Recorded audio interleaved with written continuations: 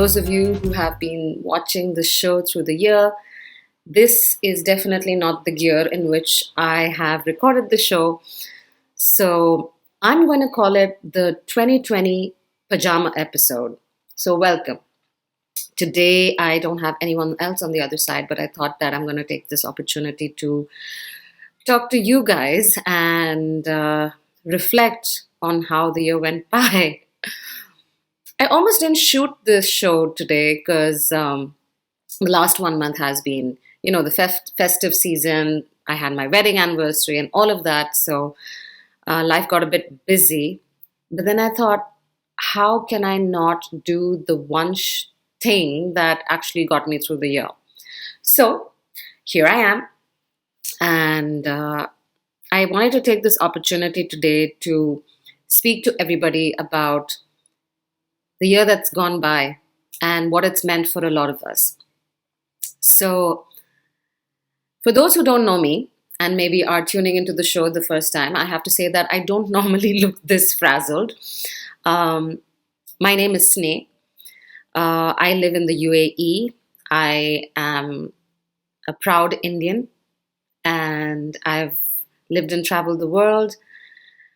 My parents are from two parts of India. My father's from Himachal Pradesh, so you guys know that's up north. And my mom's from Kerala. So I'm what they call a beautiful mix. Yes. That's a little bit about me. I have a younger sister, and this year has meant that I have not been able to meet my family because of everything that's going on. And so it's just been a really unique year in the sense that a lot of us thought that, it's the worst thing that could have happened to us and all of that, and brought about definitely financial challenges and emotional challenges, and we couldn't meet our friends and we couldn't go to our favorite places and no one was recruiting and all of that. And surely enough, even I went through all of that. But I also see that this year was quite special in terms of growth. Let me give you an example. So March was when the lockdown started here in the UAE. And I remember at that time thinking, what am I going to do stuck at home? So I started dance. I joined a Bollywood dancing class and I was dancing Bollywood after years. Okay. Hold on. I have to tell you guys this. I used to be the one to dance Bollywood songs and the dormitories of my boarding school and stuff, the entertainment. I was the entertainment in the girls' boarding schools. So, yeah, and I forgot. I totally stopped dancing. I don't know when. And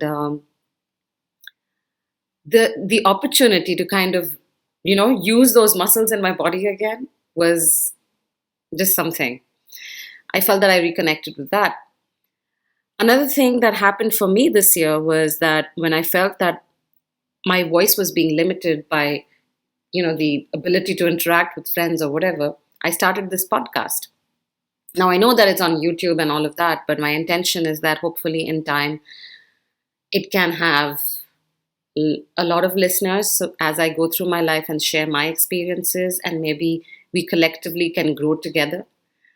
I would like this to be a safe place for that, and Freebird gave me that. So I want to say a deep, deep, deep thank you from the bottom of my heart to everybody who wrote to me, encouraged me, watched the show, watched as we, went through the entire season. I started recording with Adrian, the kite surfer. Hey there, Adrian. And then we moved on to so many other prolific, amazing people who are living their truth and courageously on earth.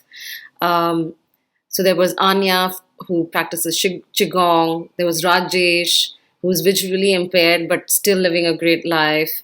In fact, definitely living a great life. There was Eva, who works in community and does a lot of stuff for the community. And there was Adele, who now is a mother to her second baby, just a few days old. Can you believe that? So much has changed, and what a year it's been. What a year it's been. Another thing that this year had for us was that we were spending a lot of time indoors with our spouses. Now, that was challenging for most people. And I have to say that in the beginning few months, I remember having legit fights with Neil about who would do the dishes. I know this sounds silly to you guys, but after a point when you've known an individual for so long and you've lived with them for so long, it's the little things that get to you, you know? So I remember having huge fights with Neil about, the domestic stuff. But through that, we kind of learned to appreciate what maybe we used to take so for granted before, or maybe just, relegated to someone to do care for it, maybe the housekeeper or the help we were getting from outside. So even our connection with our homes, our spaces were deepened. At least this is what I experienced.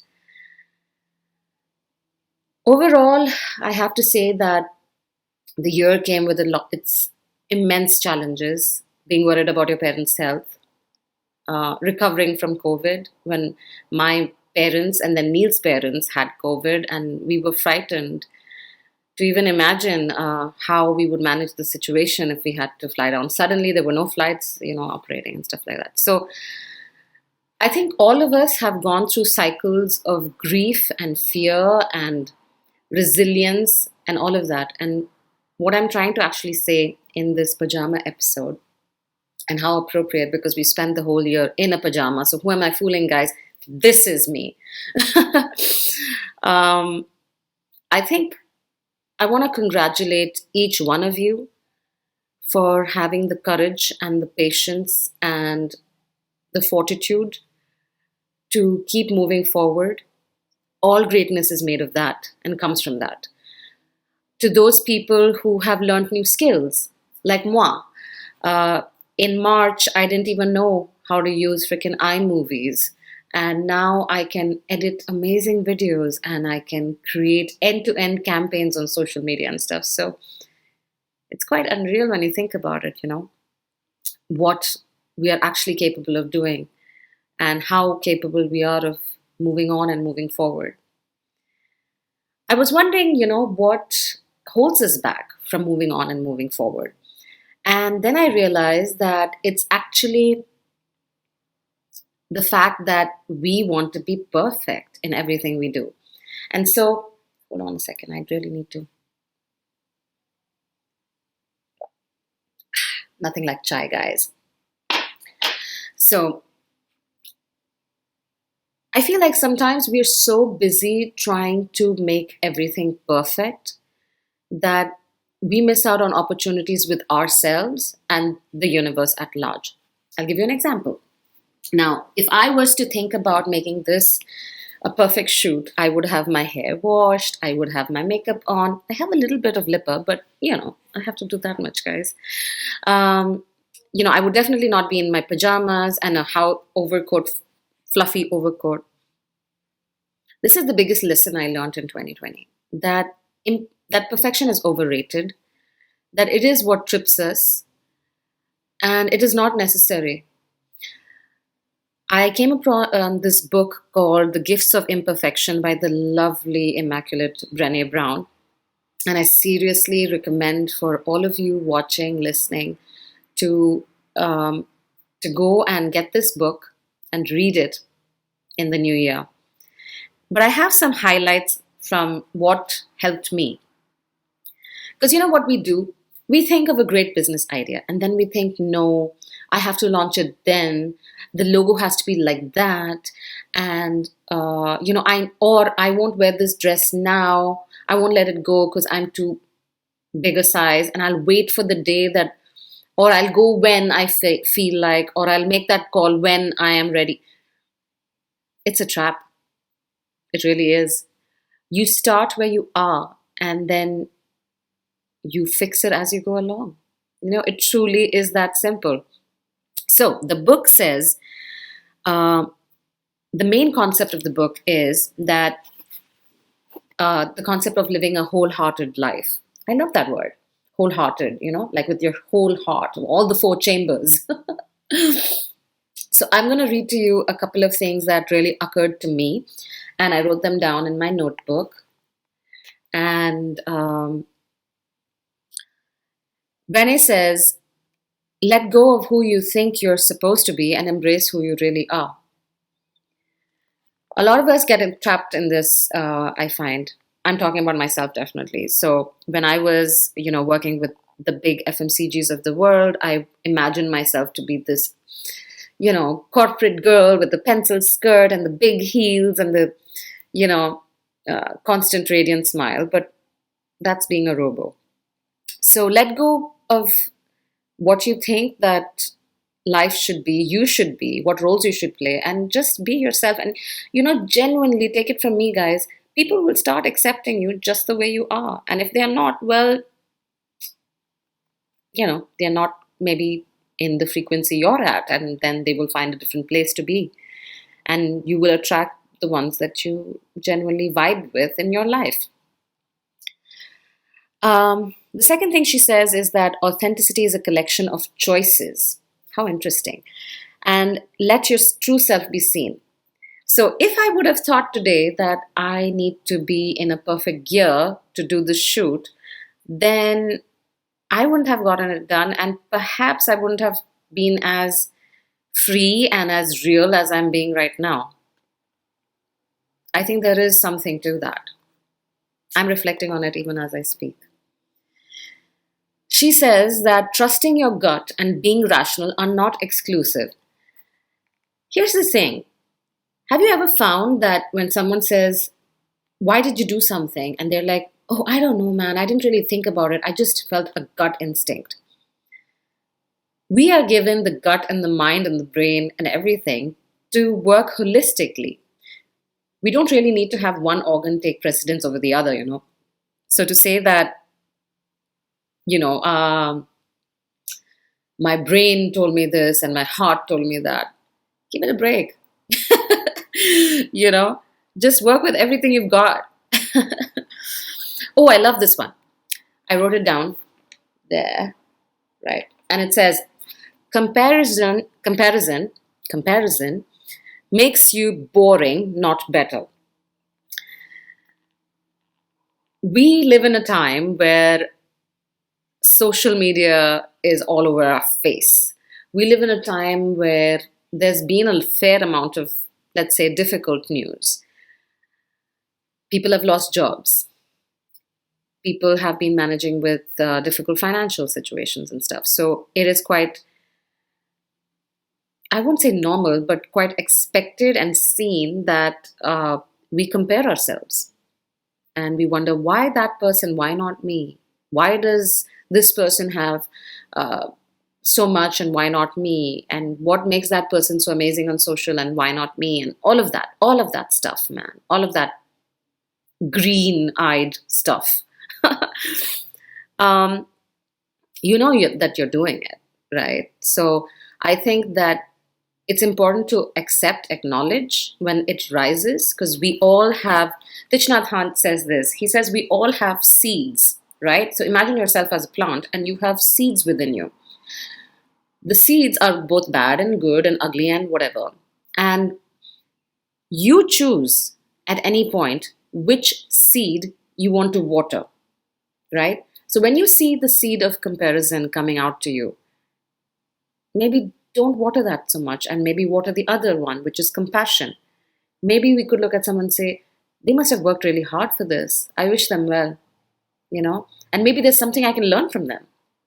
A lot of the stuff I'm doing right now, I have not like kind of chanced upon myself. I had great organizations supporting me in my journey of brand building and all of that. And I've had friends who've taught me how to be brave. I've had family members like my sister who've taught me compassion and patience and stuff like that. So, maybe there's something to learn through comparison and not feel alienated and isolated from comparison.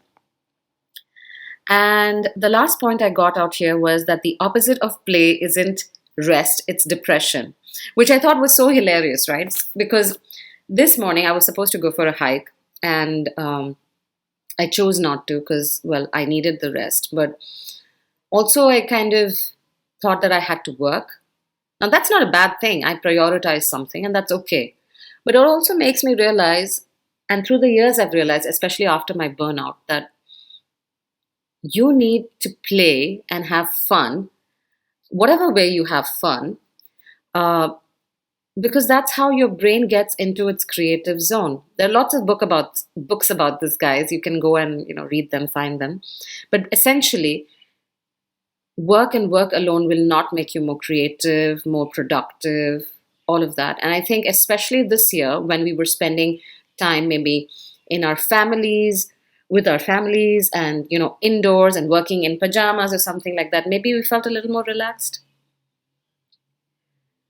And here's my message to organizations too. All of us want to be productive. Is it time to let go of the age old norms of being in a fixed space and working in a particular way? Could there be something more dynamic and different and more, um, I want to say, in balance? Why is it that we've had so many burnouts and so many stories of not being able to thrive in workspaces that have come out in the last decade? So there is something to that. And I think Brene Brown definitely sheds a light on that in her book. Ah, I'm really glad that I recorded this.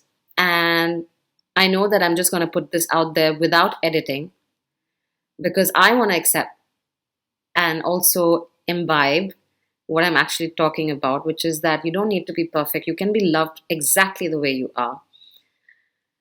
And so I want to thank you all for being a part of Freebird this year and encouraging me.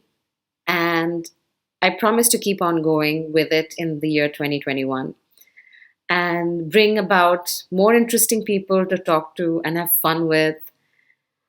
And with that, this is your Desi Pardesi girl saying goodbye and thank you for being part of my 2020. And here's looking to a better 2021 for everyone. And peace be with you.